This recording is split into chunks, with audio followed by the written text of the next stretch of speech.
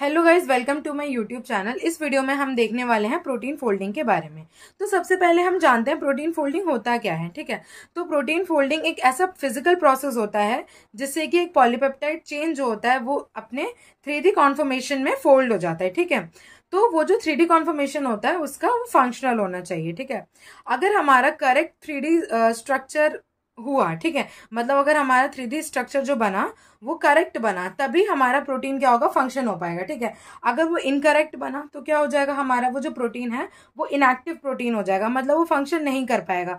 तो किसी भी प्रोटीन को एफिशिएंटली फंक्शन करने के लिए क्या चाहिए कि वो सही तरीके से करेक्टली फोल्ड हो जाए। ठीक है, अब एक प्रोटीन मॉलिक्यूल जो होता है वो कब फोल्ड हो सकता है, या तो वो ड्यूरिंग बायोसिंथेसिस हो सकता है या फिर आफ्टर बायोसिंथेसिस हो सकता है। ठीक है, अब जो ये फोल्डिंग है वो कितने चीज़ों पे डिपेंड करती है, ये डिपेंड करती है हमारे सॉल्वेंट का नेचर क्या है, कॉन्सेंट्रेशन सॉल्ट का कितना है, टेम्परेचर कितना है और मॉलिक्यूलर चैपरॉन्स प्रेजेंट है या नहीं है।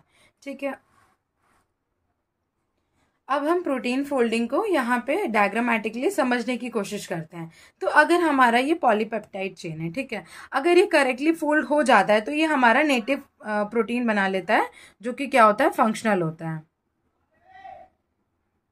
ठीक है, अगर ये इनकरेक्टली फोल्ड होता है तो क्या होगा, इनकरेक्टली फोल्ड हो जाएगा तो इसके तीन कॉन्सिक्वेंसेज हो सकते हैं। ठीक है, पहला तो ये हो सकता है कि हाँ भाई ये तो चला जाएगा और दोबारा से करेक्टली फोल्डेड प्रोटीन बन जाएगा। ठीक है, या फिर क्या होगा, ये यूबिक्यूटिनेशन होगा, इसका मतलब प्रोटीन क्या होगा, वो डिग्रेड हो जाएगा। ठीक है, या फिर क्या होगा, ना ही ये करेक्टली फोल्ड होगा और ना ही यूबिक्यूटिनेशन अगर इसका होगा तो ये डिजीज कॉज करेगा। ठीक है, और ये जो डिजीज कॉज करेगा ये मेनली क्या होंगे, फेटल होंगे।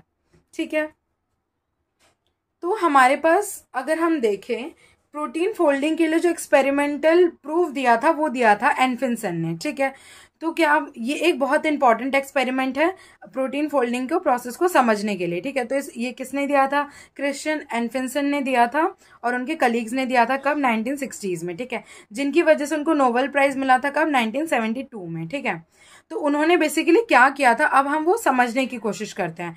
उन्होंने स्टडी किया था रीफोल्डिंग ऑफ प्रोटीन इन राइबोन्यूक्लियस ए, मतलब उसे आरएनएज ए भी बोल सकते हैं। ठीक है, ये कहाँ से आइसोलेट किया था, उन्होंने बोवाइन पैनक्रियाज से आइसोलेट किया था। तो अगर हम राइबोन्यूक्लियस ए के बारे में कुछ बात करें तो इसके पास 124 अमीनो एसिड्स होते हैं। इसका मॉलिक्यूलर मास जो होता है वो 13,700 डाल्टन होता है। ठीक है, इसके पास 4 डाइसल्फाइड लिंकेजेस होते हैं, इसका मतलब 8 सिस्टीन ग्रुप्स प्रेजेंट होंगे इसके पास, या फिर 8 सिस्टीन अमीनो एसिड, है ना। तो अब क्या हो गया, अब बेसिकली इन्होंने क्या करा, इन्होंने एक्सपेरिमेंट किया। पहले इन्होंने क्या करा, एक नेटिव राइबोन्यूक्लियस ए को लिया जिसका जो एंजाइमेटिक एक्टिविटी थी वो 100% थी। ठीक है, इन्होंने उसमें क्या किया, इन्होंने 8 मोलर यूरिया डाल दिया और साथ ही साथ बीटा मरकैप्टो इथेनॉल डाल दिया। ठीक है, तो यूरिया का काम क्या होता है, ये एक डीनेचुरेंट की तरह काम करता है। ठीक है, ये हाइड्रोफोबिक इंटरेक्शन जो प्रोटीन्स में होता है उनको ब्रेक करता है, और जो बीटा मरकैप्टो इथेनॉल होता है वो क्या काम करता है, वो रिड्यूसिंग एजेंट की तरह काम करता है। ठीक है, तो उन्होंने जब ये दोनों को डाला एक नेटिव प्रोटीन में, उन्होंने क्या देखा कि जो प्रोटीन थी वो डीनेचर्ड हो गई। ठीक है, और उसकी एक्टिविटी एकदम मतलब लेस देन 1% एक्टिविटी वो प्रोटीन शो कर रही थी, डीनेचर्ड जो प्रोटीन थी। ठीक है, उसके बाद उन्होंने क्या करा, उसके बाद उन्होंने इसी डीनेचर्ड प्रोटीन को लिया। ठीक है, अब उन्होंने सिर्फ यहाँ पे यूरिया को रिमूव किया और क्या बोलते हैं, मरकैप्टो इथेनॉल को भी रिमूव कर दिया। ठीक है, तो यूरिया को जो रिमूव किया उन्होंने यूरिया को डायलिसिस के थ्रू रिमूव किया। ठीक है, और जो मरकैप्टो इथेनॉल को उन्होंने कैसे रिमूव किया, थ्रू ऑक्सीडेशन मेथड। ठीक है, तो फिर उसके बाद क्या हुआ, ये 100% एक्टिव वापस से हो गया। मतलब ये जब हमने इन दोनों को यूरिया और बीटा मरकैप्टो इथेनॉल को रिमूव कर दिया तो इसकी एक्टिविटी वापस से एंजाइमेटिक एक्टिविटीज की 100% हो गई। इसका मतलब क्या है, ये क्या नेटिव कॉन्फर्मेशन में आ गया। ठीक है, एक्टिविटीज की रिस्टोर हो गई। उसके बाद इन्होंने क्या किया, उसके बाद इन्होंने सिर्फ रिमूव किया बीटा मरकैप्टो इथेनॉल को, बट यूरिया को वहां पे रहने दिया। ठीक है, तो अगर हमने बीटा मरकैप्टो इथेनॉल को रिमूव किया तो क्या होगा, बेसिकली हमारे जो जो हमारे डाइसल्फाइड लिंकेजेस थे वही तो ब्रेक कर रहा था ना, ये रिड्यूसिंग एजेंट की तरह बीटा मर्कैप्टो इथेनॉल काम कर रहा था, ठीक है। तो जो हमारे डाइसल्फाइड लिंकेजेस हैं वो दोबारा से बनने लगे, ठीक है। बट वहां पे क्या था, हमें ध्यान रखना है, वहां पे यूरिया तो प्रेजेंट था, ठीक है। तो यूरिया प्रेजेंट होने की वजह से यहाँ पे हाइड्रोफोबिक इंटरेक्शंस अभी भी ब्रोक थे, ठीक है, ब्रोकन डाउन थे बेसिकली, कहने का मतलब है, ठीक है। तो अब यहाँ पे डाइसल्फाइड बॉन्ड्स तो बनेगा, बट वो बनेगा वो अलग जगह पे बनेगा, मतलब सेम पोजीशन पे वापस से नहीं बनेगा, वो कहीं पर भी रैंडमली बन सकता है, ठीक है। तो इसी को हम बोलते हैं पार्शियली डीनेचर्ड स्टेट, ठीक है। अब उन्होंने क्या किया, फिर से यूरिया को रिमूव कर दिया, ठीक है। अब यूरिया को रिमूव करने के बाद उन्होंने देखा सिर्फ 1% एक्टिविटी रिगेन्ड हो पाई, और इस राइबोन्यूक्लियस को उन्होंने बोला स्क्रैम्बल्ड राइबोन्यूक्लियस, ठीक है। अब इसका रीजन क्या हो सकता है कि जो हमारे डाइसल्फाइड बॉन्ड्स यहाँ पे बने थे वो रैंडम बने थे, क्योंकि हमने पहले तो बीटा मर्कैप्टो इथेनॉल को रिमूव किया था, बाद में हमने यूरिया को रिमूव किया था, जिसकी वजह से जो हमारे डाइसल्फाइड बॉन्ड्स थे वो रैंडम फॉर्म हुए थे, ठीक है।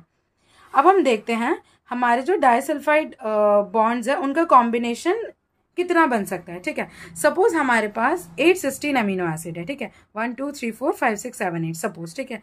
तो फर्स्ट के पास प्रोबेबिलिटी क्या है कि वो कितनों के साथ बॉन्ड कर सकता है, वो 1 2 3 4 5 6 7, वो किसके साथ कर सकता है, 7 के साथ बॉन्ड बना सकता है, ठीक है। तो 7 के साथ वो डाइसल्फाइड बॉन्ड बना सकता है, ठीक है। अब सपोज इसने एक ने बना लिया, ठीक है। अब क्या होगा, ये जो दूसरा सिस्टीन एमिनो एसिड है इसके पास कितनी प्रोबेबिलिटी है, 1 2 3 4 5, ये कितनों के साथ बना सकता है, 5 के साथ बना सकता है, ठीक है। चलो अब ये दोनों भी हो गया। अब जो तीसरा बचा ये कितनों के साथ बना सकता है, 1 2 एंड 3, ठीक है, इनमें से किसी एक के साथ बना सकता है, तो 3 हो गया, ठीक है। अब जो लास्ट बचा उसकी प्रोबेबिलिटी कितनी है, 1, ठीक है। तो अगर हम मतलब इन डिजिट्स को मल्टीप्लाई करें तो हमारा क्या आएगा, 105 टाइप्स के, मतलब कितने कॉम्बिनेशन बन सकते हैं डाइसल्फाइड बॉन्ड की। अगर हम राइबोन्यूक्लियस ए की बात करें जहाँ पे 8 सिस्टीन मॉलिक्यूल्स हैं, वहाँ पे कितने बन सकते हैं, 105 टाइप्स बन सकते हैं, जिसमें से कि सिर्फ एक ही हमारा एक्टिव होगा।